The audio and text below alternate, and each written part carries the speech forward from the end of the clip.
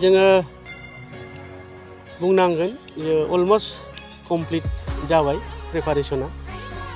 गाबोन 12 एप्रिलनिफ्राय 14 एप्रिल सानथामनि हाबाफारि लानानै देग्लायनि 10थि बावखुंग्रि फोरबोखौ खुंनो बा फालिनो थाखाय लाहार फाहार जागासिनो दङ। बेनि माखासे खामानिफोरा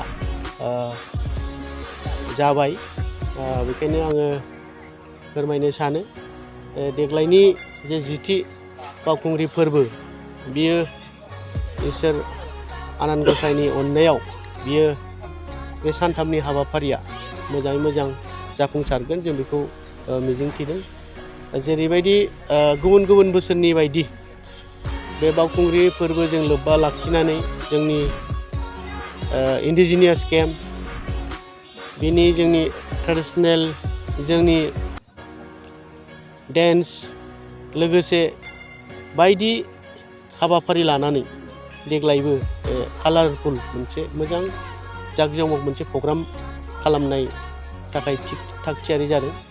दा बेफोर खामानिखौ लानानै जोङो फारफ्रोम बिथिङाव जोङो बेयाव नायबाय थादों आरो जोङो दिथा होबाय थादों आरो जोङो जेरैबायदि प्रग्रामा मोजां जानांगौ बेखौ जोङो जाफुंसार होनो थाखाय जोङो बेयाव नांथाबनानै जोङो दंगासिनो दङ। आसा खालामदों देग्लायहाय जोङो मोजाङै मोजां बे 10थि बावखुंग्रि फोरबोआ जाफुंसारगोन होननानै जोङो मिजिंथिदों।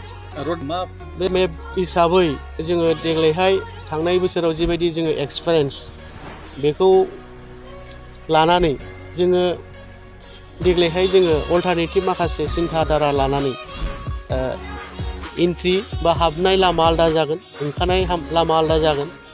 जोङो हाबनाय लामा हिसाबै ओरैहाय जोंनि सरायखला आरो औवाबारिजों फैनाय बे लामाया डाइरेक्ट फेस्टिभेलसिम फैगोन आरो फेस्टिभेलनिफ्राय जोङो ओरै बेलगुरि, बमब्रागुरि, खाथ्रिगासा, भालुकजरा जे जोङो PWD रड मोनहैगोन जों बेजों एक्जिट लामाजों बानायनाय जादों।